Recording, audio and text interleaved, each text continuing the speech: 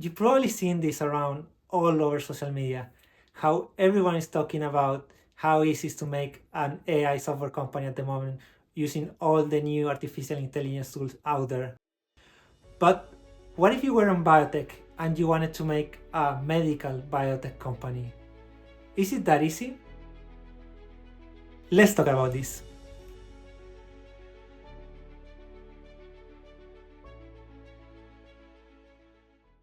Imagine two founders. They both leave a large technology company on the same day.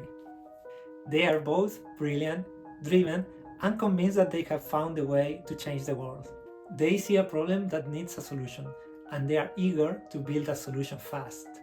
The first founder wants to solve a business problem. He has an idea for an artificial intelligence model that can predict customer churn with startling accuracy. He and his co-founder rent a small office space and they begin to write code. Within a few weeks, they have a working prototype, a handful of early customers, and a growing waitlist. Their primary costs are cloud computing bills and salaries. If their initial idea fails to get traction, they can pivot, adjust the algorithm, target a new market, build an entirely different product with the same team in a matter of weeks. The path is fast, iterative, and flexible. Now imagine the second founder. She is a scientist. In a university laboratory, she's made a discovery. She has found a specific protein signature in a drop of blood, indicating early-stage pancreatic cancer. This discovery feels like striking gold. It is not just a business opportunity, it is a chance to save countless lives, to give families years that they otherwise have lost. This, however, is not the beginning of a sprint. It is the first step of a long and uncertain journey. The real work is only just begun. Biology does not operate at the same timeline as software. It follows its own unyielding, complex, and often unforgiving rules. The hard truth is that the world of atoms is far different from the world of bits.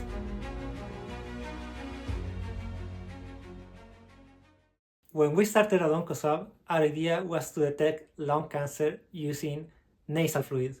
So think about developing a COVID test, but for lung cancer screening. Our first approach was doing in silico research, which means doing research outside the lab, just in the computer, and seeing which biomarkers could be suitable for such application.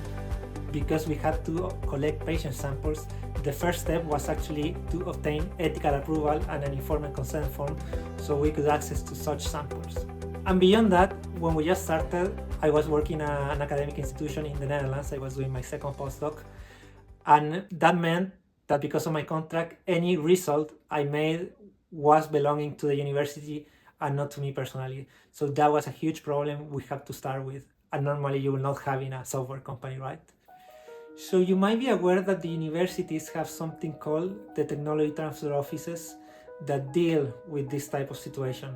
So normally if you have a patent, for example, and you want to spin off, they will help you get a licensing agreement so you can start selling that product, and they will get some licensing and royalty fees. That depend a lot on the type of university you are. But our problem was that we didn't have a patent. So my university was not willing to take the risk to file a patent that was not supported by data. And because we didn't have a patent, that also meant that we couldn't have a licensing agreement. And at the end, what happened is that 6 months passed by and we couldn't get this agreement with the university. So at the end, I had to take the decision to resign so we could build this technology using only external funding. As soon as I left the university, we were able to file the patent on a very short time and also secure funding to do the first round of experiments.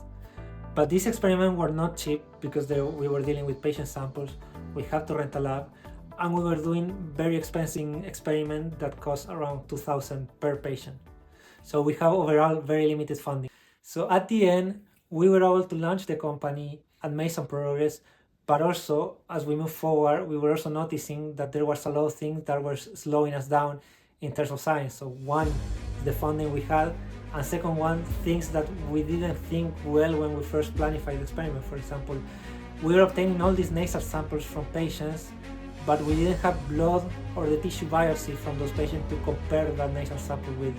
So that means that we have to write again protocols, get approval again, and start collecting samples again to have that sort of comparison. And all that, of course, slows your startup timeline.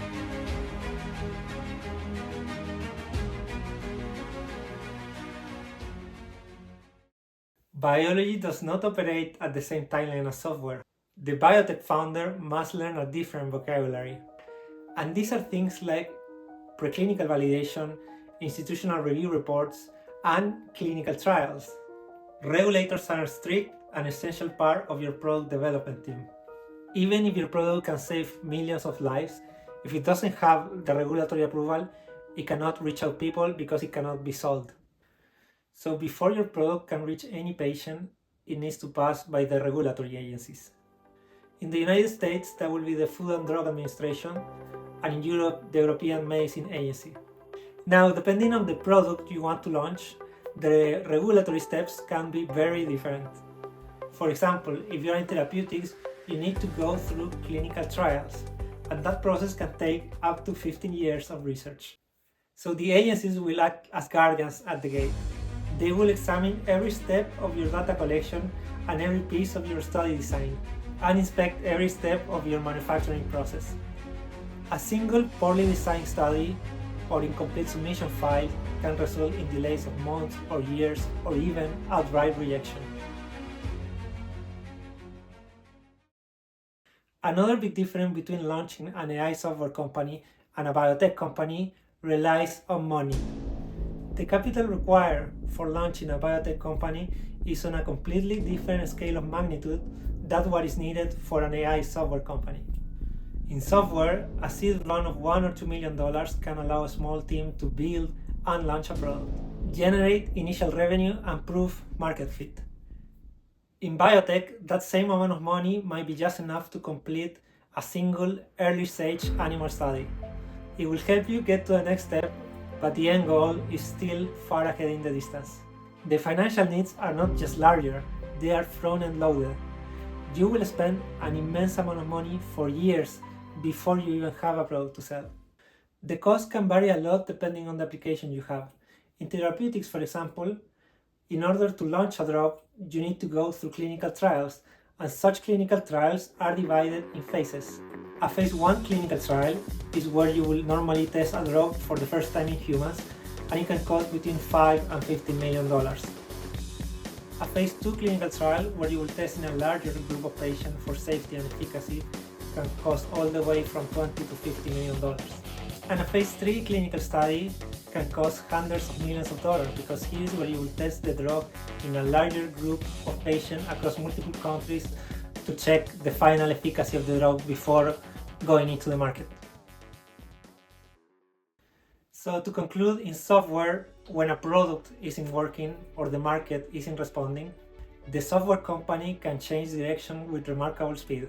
The team can be repurposed or the code can be rewritten. You can easily change the direction of the team or quickly modify the code. A new business model can be tested, and this agility is key to their survival. It is clear that biotech cannot and should not copy the playbook of AI software companies.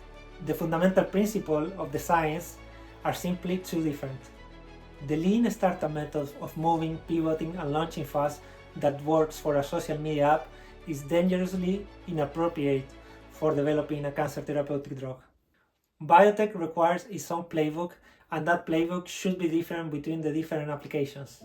So what should you do if you have a great idea that can potentially save millions of lives? You must first accept the reality of the path ahead and take clear, deliberate actions. First, protect your intellectual property before you do anything else. This is extremely important. Before you publish your results, present your results on a conference, or even write a post on social media, you must first file for a patent. If you publish your results before doing that, you will be prior art for that patent, and thereby your patent will not be accepted. But even if that's the case, there are always ways around it. For example, You can file a patent on another technological approach to solve the same problem. Not many people know this, but you don't need to have results to file that patent. You can file a provisional patent that gives you a period of around 12 months to gather data before you submit a full application. If you have a good idea, you can easily secure the initial funding to file for such patent. Unlike AI software companies, in biotech you can start raising money with just an idea. You can access to multiple governmental funds such as grants, and beyond grants there are multiple programs that are called incubators and accelerators that are willing to give money for a good value proposition. So despite the fact that for a biotech company the technological risk is much higher than for an AI software company, the market risk is usually lower for a biotech company. And this is because the solution can be something that can save a lot of lives, and therefore people will be willing to pay for it. In software, if you're not selling, it will be very difficult for you to raise money. And this, I think, is one of the advantages of starting a biotech company. So the conclusion here is that the path is hard, but the destination might actually save millions of lives. So I think that is the promise of biotech, and for me that's a promise that is worth pursuing with diligence and integrity. Thank you for watching this video until the end. My name is Pablo. See you on the next one.